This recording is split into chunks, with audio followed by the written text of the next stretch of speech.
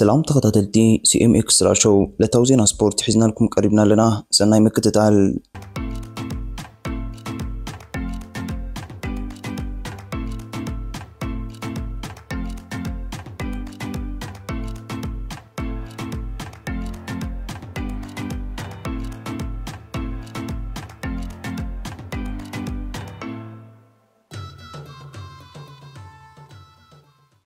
مسلطني ماكلي سي ايجل سويزرلاند ركب تشامبيون إرترا كلتاشن إنسان سلسن كلتاشن إنسان أربعة كسانة ولد ميكائيل فلما يودرا نستانا يسوي غانتا سنبت إسرام يازيا أمني حرم عتوددر جراند بريكس تشامبيري كتكايديام جراند بريكس تشامبيري أفرنسا زكاد ناي حدا نتبحد درجة أغني سي ايزل لو وددر كوينو أبزع عمت عقب زبزحو 210 كيلومتر نوحا شفن وددر كسلاسة اليوم كسانة ولد ميكائيل أب كم زعينة عبو وددر المجمرها جزيت ساتف زلا خوينا مس مكراتنا يولو برو كونتيننتال غانتاتاتن كتكايدام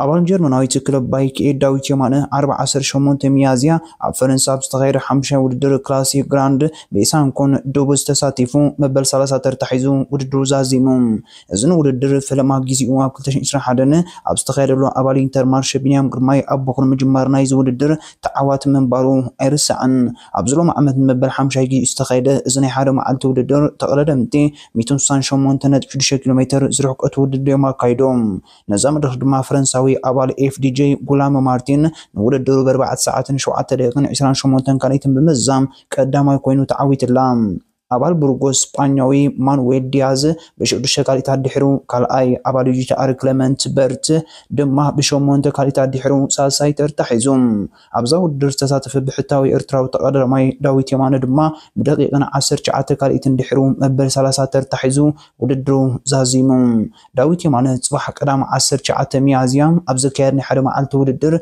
تردو جورا سايكليستون كساتفيوم أبزاني حدا معلت وددر تقدرمتي 270 4 كيلومتر زرحك أتاول الدر كشفون يوم نزحلفو 4 معالتات مكيات أنحى الجو دي أبرزو 14 ميازيام براوعي مدركم تزازيمون أبزام زازميت مدرك دمها تقردمتي 270 كيلومتر زرحك أتاول الدر ما قايدوم نزح مدرك أباليوي إمارات بورتغالوي إيفو أوليفيرانو ودرو 6 ساعات 58 دقيقة 4 ساعات كاليتن بمزام قدام يكونوا تعويتو اللام هولنداوي أبال كيوسر 6.5 سوئر باكس بتمسسال جزيه كالاي أبال جنرال ستول إتالاوي جوفاني بورتوليزي دما بعسر تقلتك ايتار دحرو سالسايتر تحيزوم نهم زرأي عد موسى بزا مدرخ كاب عوت نايزا ودر بعسر تقلت دقيقن 50 كاليتن دحرو مبل 88 ترتحيزو حنص اصرغيتوم بحفشاو غزي نيجيري دي ابرزو جرمناوي ابالي انتر مارش جورج زمرمن بعسر 5 ساعات شبشه دقيقن 8 كاليتن قداماي كوينو تعويتولام اسبانياوي ابال كيوسر 6.5 ديفيد ديلا كروز بعسر تحرك كاليتار دحرو كالاي ابالي اسبانيوي بابلو تورس دما بعسر 8 كاليتار دحرو سالسايتر تحيزوم ابزو دركسات فزقني بحتاو إرتراو تقررماي كاب عوت نايز ودر بفرق ساعات دحرو مبل 57 ترتحيزو وددو زازيموم بنتبي يتعلاو فيليبو فيوريلي بساسان شبشنت بقداماي كوينو كعوتن كلو نهم زرع عد موسى دما بسلستنت بي مبل 24 ترتحيزوم امنا عقبي يتعلاوي فيدريكو غوزو امنا بلوس منسي اسبانيوي تورس قداموت كوينوم تعويتوم بغانتا باردياني قدامي تخوينا تعويتام نحدو معلت وددر دي برابانت بيجل 14 ميازيا نمبل سوان حموشن جزيو تقايدوم أبزاني حدا معلت وددر دما تقردمتي 296 كيلومتر زرحكتو وددر يوم كشوفنو مدبوت إلوم أبزا وددر دما أتدحر تاري بوكاتشا نقدم مشكلة تعلم كوحتو تسبيت زقبر اللوم بيلجماوي أبال سورال كيكستوبي روم كيو أوفنو بيل دحرتي أول حت حساس مكينا مقج أو كاودرات ريحقوم دحر مسناح نفلما غزيها بكورشا بشكلة تاتو وطيحون زولا در الله وددر يعني رام أبزا ودر أول إنتر مارش بنيام قرماي كساتف كمدب تحانس إتوقان تنبرا تا غانتا بزقبر اللولوت إناي تقررم تبن بنيام أبزا ودر كساتف أي كالن غانتا تاتنا حد تساوات يامز جيبان كلمة 4 ساعات مجمار نايتو ودر بخالق تقرر ماي كغيرو ملوء مسلال وان قلقابت غانتا تات تقرر ماي كغيرا زقددن مخنات دما تقرر ماي زخونة صبوق سميعتات مزهلو استوسنا مهارمت مزقاتمو ناي سدرابيتا وديات اتو ودر نكيلو تزمت أمزي مقانو نعب ኣብነት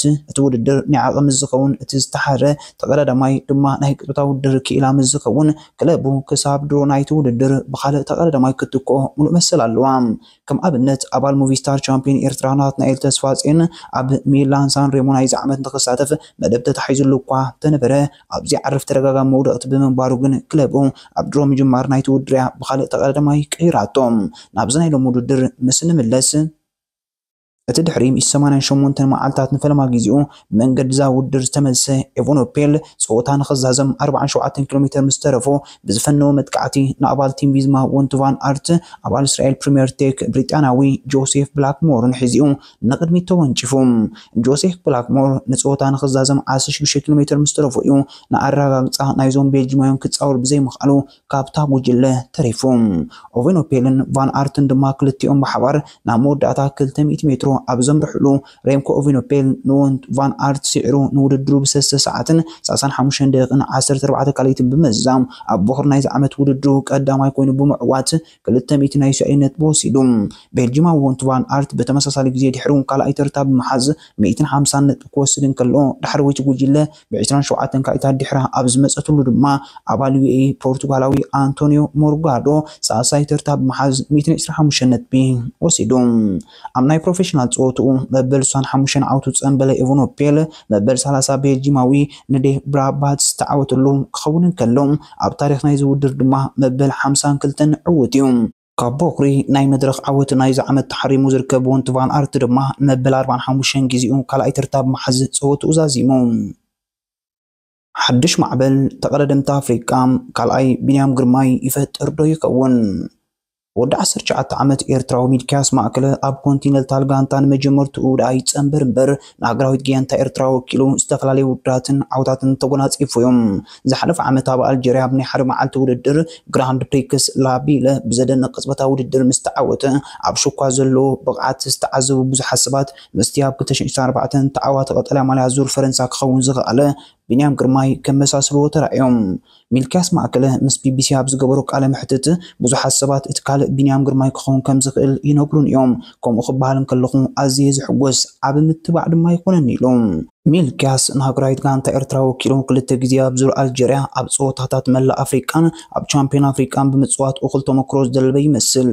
ልዕሊ ዝኾነ ግን ዘለዎ ብቕዓት ከርኢ ክኢሉ እዩ ብፍላይ ከዓ ኣብ ቅጽበታዊ ውድድር ሚልኪያስ ምስ ቢንያም ከነጻጽሩን እንከለዉ ነብሴ ዝሓታ ብሓቂ ኣነ ንፍዕደ ይብል ሚልኪያስ ኣብ መጀመርታ ዝወርሒ ምስ ጀርመናዊት ጋንታ ባይኬት ተፈራሪሙ ምስቶም ድሮፕታ ጋንታ ዘለዎ ኤርትራውያን ዳዊት የማንን ይብል ሃብታ ኣብን ተጸንቢሩስ ውድድራት እውን ጀሚሮም ባይኬት ኣብ 2013 ምስ ኮንቲኔንታል ጋንታ ካብ ተመዝገበ 4 ኣፍሪቃውያን ተቐዳደምቲ ከተፈርም ክኢላ ካብኦም ከዓ ሚልኪያስ ሓዊሱ እቶም 11 ኤርትራውያን እዮም ኣካያዲ ባይኬት ማቲያስ ሽናፕካ ኤርትራ ግኑን ፍቅሪ ብሽክለታ ዘለዎ ሃገር ኮይና ብዙሓት ዘይተበርበሩ ተቐዳደምቲ ኣለዋ ድሕሪ ምባል ሚልኪያስ ናባና ክንጽንብሮ ቀሊል ኣይነበረን ኣብኡ ግን ኣብ እምነት እዩ ዘለና ኢሉ ፍጥነትን ጽምኢ ዓወትን ሚልኪያስ ማእከለ ጉልቡት ሰብነት ዘለዎ ተቐዳዳማይ ኮይኑ ነቲ ባይኬድ ኣብ ልዕሊኡ ቢራቶ ዘላ እምነት ንምርኣይ አንቂዱ ዘሎ ይመስል ኣብ ቱርኪ ኣብ ዝተኻየደ ዙር መርሲን ሰንበት ኣብ ዝተኻየደ ናይ መወዳእታ መድረክ ሳልሳይ ብምውፃእ ማልያ ናይታ ጋንታ ለቢሱ ንመጀመርያ ግዜ ኣብ ፖዲየም ክድይብ ክኢሉ እዩ ኣብቲ ውድድር ምስ ጋንታ ትረንጋኑ ሳይክሊንግ ቲም ኮይኑ ዝወዳደር ኤርትራዊ መትከል ኢዮብ ሚልኪያስ ውዱእ ውላቲስታ ምዃኑ እዩ ዝገልጽ እቲ ኣብ ቅጽበታዊ ውድድር ዘንጸባርቆ በርቃዊ ፍጥነትን ፍርሒ ዘይብሉ ክእለትን እቲ ካልእ ካብ ኣፍሪቃ ወፂኡ ኣብ ዓለማዊ ውድድራት ክንሪኦ ንኽእል ተቐዳዳማይ ክብል ይመስክር መትከል ብምቕጻል እቲ ካልእ ዝበለጸ ኤርትራዊ ቮላቲስታ ክኸውን ዓብዪ ህንጡይነት ኣለዎ ይብል ቢንያም ግርማይ ብዘመዝገቡ ዓውታት ቅድሚ ሕጂ ዝኾነ ኣፍሪቃዊ በፂሕዎ ዘይፈልጥን ዓውታትን ከመዝግብ ክኢሉ እዩ ድሕሪ ዓውታት ቢንያም ደረጃ ኣፍሪቃ ብዝሕያ ኣብ ኮንቲኔንታል ጋንታታትን ልዕሊኡን ፃወቱ ኣፍሪቃውያን ተቐዳደምቲ ክውስኽ ክኢሉ እዮም ካብቶም ኣብ ቱርክ ዝተኻየደ ዙር መርሲን ዝሳተፉ 171 ተቐዳደምቲ እቶም 17 ኣፍሪቃውያን እዮም ነይሮም ካብኦም ከዓ እቶም 7 ኤርትራውያን እዮም ቲም ኣፍሪካን ራይዚን መክሰብ ዘይብሉ ትካል ኮይኑ ኣፍሪቃውያን ጋንታታት ተቐዳደምትን ስልጠና ኣመሃብን ምዕቡል መሳርሒታት ኣብ ምዕጣቕን ይሰርሕ ኣስታት 150 ዝኾኑ ደቂ ተባዕትዮን ደቂ ኣንስትዮን ካብ መላእ ኣፍሪቃ ኣብ ፕሮፌሽናል ጋንታታት ተጠኒፎም ከም ዘለዉ ከዓ ይሕብር ቻምፒዮን ዓለም ንመጀመርያ ግዜ ኣብ ኣፍሪቃ ብዝመጽእ መስከረም ኣብ ሩዋንዳ ክእንገድዮም ላዕለዋይ ሓላፊ ቲም ኣፍሪቃን ራይዚንግ ክምበል ኮትስ ኣብ ዞን መርሲን ዝተሳተፉ ኣፍሪቃውያን ምስራቅና ካብ 2007 ኣብ ኣፍሪቃ ተወኪልና ክንሰርሕ መጽናሕና ፍረ ይርከቦ ከም ዘሎ ኢና ክንርዳእ ክኢልና ይብል። እዛ ዓመት ኣብ ታሪክ ቅድም ሽክለታ ኣፍሪቃ ኣዝያ ወሳኒት እያ። ኣብ ዓለማዊ ውድድራት ዝሳተፉ ኣፍሪቃውያን ብርኡዩ ዓብዩ ብዙሕ ኣፍሪቃውያን ተቐዳደምቲ ይውስኽ። ቅድሚ 10 ዓመታት ጸለምቲ ኣፍሪቃውያን ተቐዳደምቲ ኣብ ኤውሮጳ ውድድራት ክሳተፉ ኣብ ዝጀመሩሉ ንዘጋጥሞም ዓሌታዊ ኣድልዎታት በይኖም ክምክቶዮም ዝግደዱ ነይሮም። ሕጂ ግን ኣብ ሓድሕድ ውድድራት ሓደ ወይ ክልተ ኣፍሪቃውያን ተቐዳደምቲ ጥራሕ ክትርኢ ሳሕት እዩ ዘጋጥም። ላዕለዎት ሓላፊ ቲም ኣፍሪቃን ራይዚንግ ኪምበርሊ ኮትስ ኣብ ከምዚ ዓበይቲ ውድድራት ኣብ ዝጽመድሉ ክብደት እቲ ውድድር ንስኻን እቶም ምሳኻ ዝወዳደሩ ዘለውን ጥራሕም ክርድእዎ ዝኽእሉ ይብል።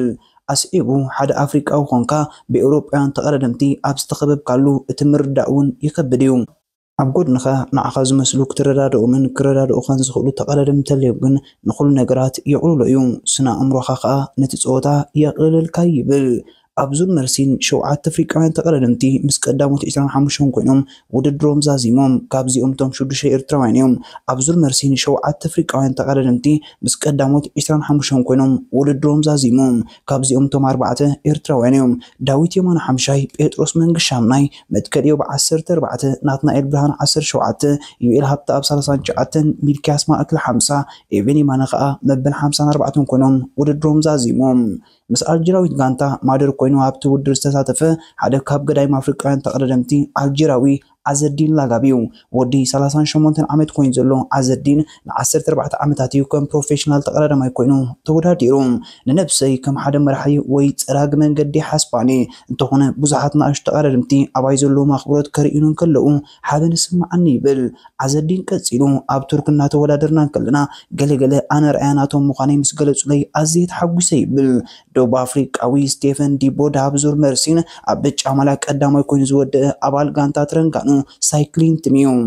ኣብ ዞን መርሲን 7 ኣፍሪቃውያን ተቐዳደምቲ ምስ ቀዳሞት 25 ኮይኖም ውድድሮም ዛዚሞም ኣብቲ ኣብ ዝመጽእ መስከረም ኣብ ኣህጉሮም ዝካየድ ቻምፒዮን ዓለም መዳለዉ ክኾኖም ብዙሓት ኣፍሪቃውያን ኣብ ዝመጽእ ኣዋርሕ ኣብ ኤውሮጳ መድረኻት ክወዳደሩ ከም ዝኽእሉ ትጽቢት ኣሎ።